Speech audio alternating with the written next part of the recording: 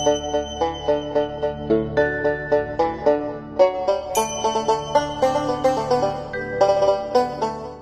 রে কাজল, ব্যাপার কি তোর?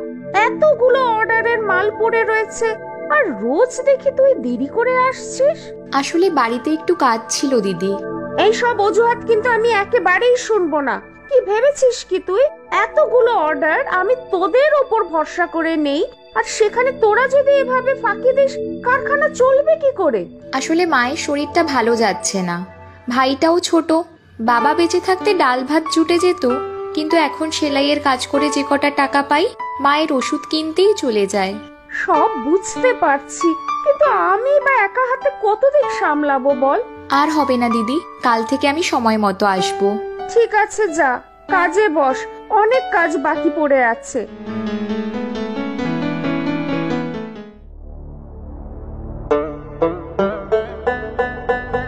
আজ এত দেরি হলো তোর? কারখানায় অনেক কাজ জমে আছে, শেষ করতে দেরি হয়ে গেল। রোজ যেতেও দেরি হচ্ছে। আমি অসুস্থ হয়ে তোকে বড়ই বিপদে ফেলেছি, তাই না? আজ তোর বাবা বেঁচে থাকলে। এসব কথা থাক মা, ভাই কোথায়? কি জানি, বেরোলো তখন, এখনো তো এলো না। সবই কপাল আমাদের। এসব কথা ভেবে আর লাভ নেই মা, এটাই আমাদের ভবিতব্য, আর এটাই আমাদের মেনে নিতে হবে। যাই, আমি রান্না বসাই।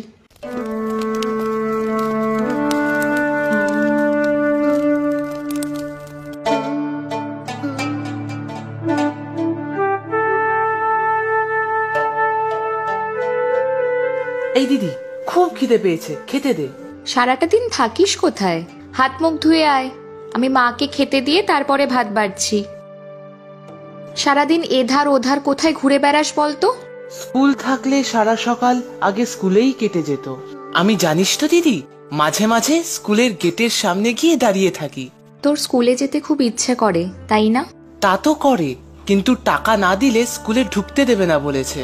আমিও কাজ করে যে কটা টাকা পাই মায়ের ওষুধেই চলে যায়। আজও দেরি করে গেছি বলে কৃষ্ণা দিদি খুব রাগ করেছে। আচ্ছা দিদি, আমাদের যে চাষের জমি ছিল সেখানে আবার চাষ করলে হয় না? সেই জমি কবেই ঋণের দায় মহাজনের কাছে বিক্রি হয়ে গেছে, আরো অনেক টাকা ঋণ আছে মহাজনের কাছে। আমিও ভাবছি কাল বাজারের দিকে একবার যাব, যদি ছোটখাটো কিছু কাজ পাই। আচ্ছা, এবার তাড়াতাড়ি খেয়ে নে, আমাকে আবার কাজে যেতে হবে।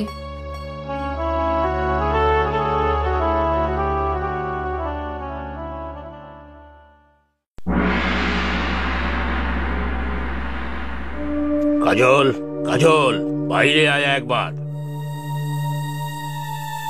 দিদিকে কি দরকার?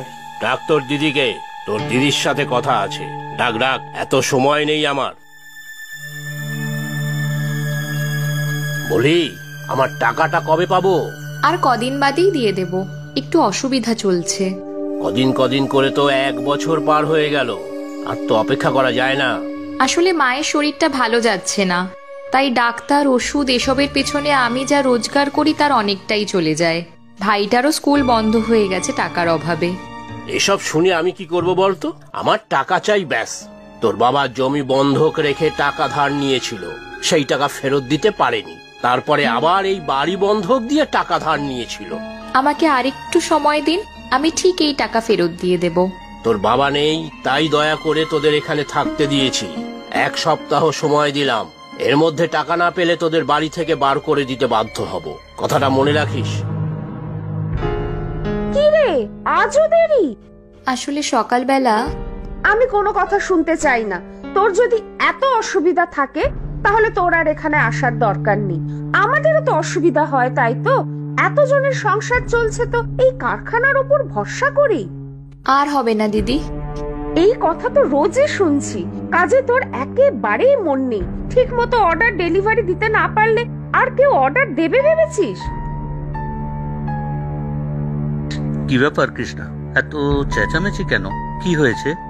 এই দেখো না, ঠিক সময় অর্ডারের মাল ডেলিভারি দিতে পারবো কিনা বুঝতে পারছি না।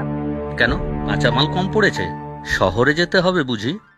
তা নয়, এই যে কাজল রোজ দেরি করে আসবে আবার তাড়াতাড়ি চলে যাবে। এভাবে চললে এত কাজ আমি সামাল দেবো কি করে বলো তো? কি হয়েছে কাজল, কোনো সমস্যা হয়েছে? হ্যাঁ বুধু দাদা, অনেক বড় সমস্যা। আমি তোমার সাথে একবার কথা বলবো ভাবছিলাম। আচ্ছা, এক কাজ করো, আমি আর কৃষ্ণা না হয় বিকেলে তোমাদের বাড়ি যাব একবার। এখন সেলাইয়ের কাজগুলো ঝটফট সেরে নাও দেখি, পরে আমি সব কথা শুনবো। সবই তো শুনলে বুধো দাদা, এবার আমি কি করি বলো তো? সত্যি এ তো বেশ বড় ঝামেলায় পড়েছিস তুই। জানো দিদি, আমাদের ওই মহাজন এবার টাকা না পেলে বাড়ি থেকে বার করে দেবে বলেছে। বাড়ি থেকে বার করে দিলে অসুস্থ মা ভাইকে নিয়ে যে পথে বসতে হবে। তুমি কিছু কি উপায় বার করতে পারলে? ভাবছি কি করা যায়।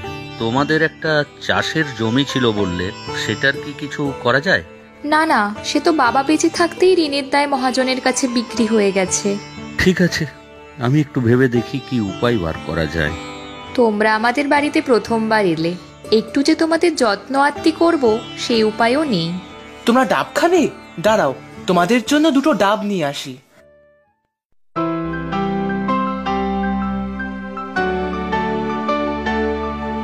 বাহ, কি মিষ্টি জল! তোমাদের গাছের বুঝি? হ্যাঁ, বাবা বেঁচে থাকতেই বেশ কিছু নারকেল আর সুপারি গাছ বাড়ির চারপাশে লাগিয়েছিল। মাঝে মাঝে কিছু নারকেল আর সুপারি ভাই বাজারে বিক্রি করে আসে, ওই যা অল্প কিছু টাকা পাওয়া যায়। ও, তাই এত নারকেল আর সুপুরি পাতার খোল পড়ে আছে। আচ্ছা শোন, আজ উঠি রে, কাল তোর ভাইকে আমার কাছে একটু পাঠিয়ে দিবি।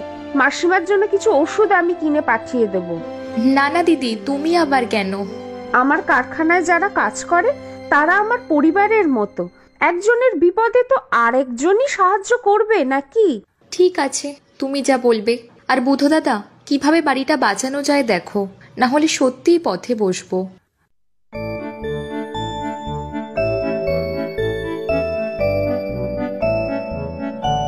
আরে বুধু দাদা যে, এসো এসো, তোমার কথাই ভাবছিলাম।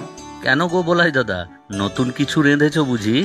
ঠিক ধরেছ, আজ একটু খিচুড়ি বানিয়েছি, খেয়ে দেখো দেখি কেমন হয়েছে। আমি জানি তুমি খিচুড়ি খেতে খুব ভালোবাসো। সত্যি বলাই দাদা, তুমি সত্যিই জানো আমার পছন্দ অপছন্দ। দাও দাও দেখি, তোমার হাতের খিচুড়ি একটু চেখে দেখি। আহা, বলাই দাদা, তোমার হাতের জাদু আছে। আহ, কি যে স্বাদ, কি বলবো। কিন্তু এটা কি গো? এইটা সেদিন শহরে গেছিলাম তখন নিয়ে এসেছি। সুপুরি পাতার খোল দিয়ে কোনো একটা পদ্ধতিতে কারখানায় এইরকম থালা, প্লেট, বাটি বানানো হয়।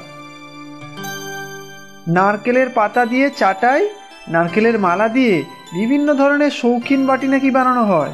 তাই নাকি? শহরে এগুলোর খুব চাহিদা গো বুধু দাদা। আমারও দেখে খুব ভালো লাগলো, শখ করে কয়েকটা কিনলাম। তবে দাম প্রচুর। শহরে এর বেশ বড় বড় কারখানাও আছে। তোমায় অনেক ধন্যবাদ গো বলাই দাদা।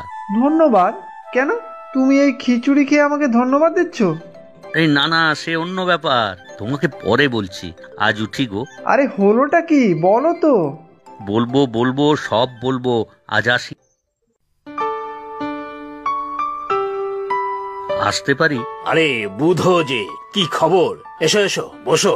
আপনার সাথে একটু কথা ছিল। হ্যাঁ, বলো না, কি বলবে? আপনি তো জানেনই, আমার আর কৃষ্ণার একটা কাপড়ের কারখানা আছে। দুস্থ মেয়েরাই ওটা চালায়। হ্যাঁ, খুব ভালো কাজ করছো তোমরা। ওখানে আমার থেকে যদি কোনো সাহায্যের প্রয়োজন হয়, নির্দ্বিধায় জানাবে। হ্যাঁ, সে তো অবশ্যই। তবে আজ এসেছি কৃষ্ণার কারখানার একটি মেয়ে কাজল, তার ব্যাপারে। ও, কাজল? কিন্তু ওর ব্যাপারে আমার কিছু করার নেই। অনেকগুলো টাকা অনেক দিন ধরে পড়ে আছে, জীবনে শোধ করতে পারবে বলে তো মনে হয় না। 1 সপ্তাহ সময় দিয়েছি, শোধ দিতে না পারলে বাড়ির দখল নিতে হবে।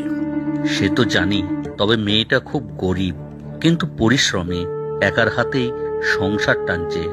দেখো বুধো, এসব শুনে আমার কোনো লাভ নেই। আমি গরিবদের উপকার করতে চাই, তাদের জন্য ছোটখাটো কর্মসংস্থানের ব্যবস্থা করি। তবে দান ছত্র তো খুলে রাখিনি, এ ব্যাপারে আমার কিছু করার নেই ভাই বুধো।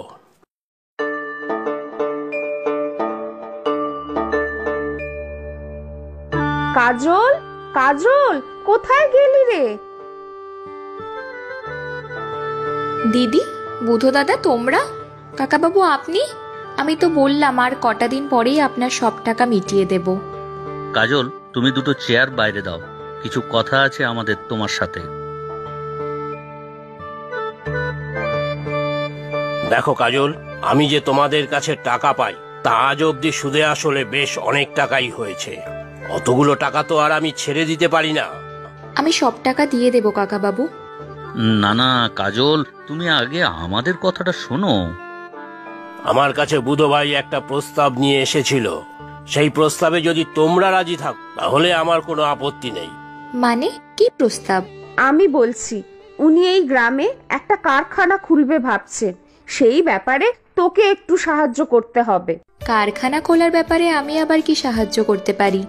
আমি বুঝিয়ে বলছি, একটা নারকেল বা সুপুরি গাছের কোনো কিছুই ফেলানি যায় না, জানো তো। নারকেলের ছোবড়া, পাতা, নারকেলের মালা, এগুলো দিয়ে বিভিন্ন পদ্ধতিতে থালা, বাটি, চাটাই, বিভিন্ন শৌখিন জিনিস তৈরি হয়। শহরে এগুলোর খুব চাহিদা। কিন্তু আমি তো এগুলোর কিছুই তৈরি করতে পারি না। তোমরা না পারলেও চলবে, তবে তোমাদের সুপুরি আর নারকেল গাছগুলো আমাকে লিজে দিতে হবে। আমি তো ঠিক বুঝতে পারছি না। তোমাদের নারকেল গাছগুলো উনি ধার নেবেন, তারপর সুপুরি আর নারকেল পাতা, ছোবড়া এগুলো দিয়ে এখানে কারখানা খুলে উনি জিনিসগুলো বানাবেন, তারপর শহরে বিক্রি করবেন। জিনিসগুলো বিক্রি হলে তার থেকে যে লাভ হবে সেটার কিছু অংশ তোকে দেওয়া হবে গাছগুলোর জন্য। হ্যাঁ, তবে এখনই অনেক টাকা পাবে না। প্রথমে 3 বছরের জন্য লিজ নেব, সেই বাবদ কিছু অগ্রিম টাকা দেবো। তারপর জিনিসপত্র বিক্রি হতে থাকলে পরে লিজের বছর বাড়াবো। তবে বকেয়া টাকা আমি যা পাই তা আমি কেটে রেখে এখন কিছু দিয়ে যাব। সে তো ভালোই, আপনার ধারও শোধ হলো আর ওদেরও সুবিধা হলো। পরে ওর ভাই আপনার কারখানায় কাজ শিখে যোগও দিতে পারবে। আমি বুধোর প্রস্তাব পাওয়ার পর শহরে কথা বলেছি, প্রয়োজনীয় যন্ত্রপাতি আনার ব্যবস্থা করছি। আপনার অনেক দয়া কাকা বাবু। আরে না না, আমি কিছুই করিনি। বুধো ভাই আমাকে প্রস্তাবটা দিল, আমিও ভেবে দেখলাম যে মন্দ নয়, মুনাফাও হবে, আর সাথে গ্রামের বেশ কিছু লোকের কর্মসংস্থান। তোমাদের বাড়ির পেছনের জমিতেই কারখানাটা খুলবো। পড়াশুনোর ফাঁকে ফাঁকে তোমার ভাইও দেখাশুনো করতে পারবে। তবে পরবর্তীকালে গাছের সংখ্যা বাড়াতে হবে। সে ব্যবস্থাও আমি করব ভেবে রেখেছি। ওদের বাবা পেছনের জমিটাও তো আমার কাছেই বিক্রি করেছিল, ওখানে আরো গাছ লাগাবো। তাহলে কাজল, তোর কোনো আপত্তি নেই তো? উনি যথাসম্ভব তাড়াতাড়ি কাজ শুরু করতে চান। তোমাদের যে কি বলে ধন্যবাদ দেব। ধন্যবাদটা বলাইদার প্রাপ্য। সেদিন যদি ওর হোটেলে সুপুরি খোলের থালাটা না দেখতাম, জানতেই পারতাম না। সেটা ঠিক, তবে তোমার বুদ্ধির জোরেই সুরাহা হলো। সত্যি তোমার জবাব নেই।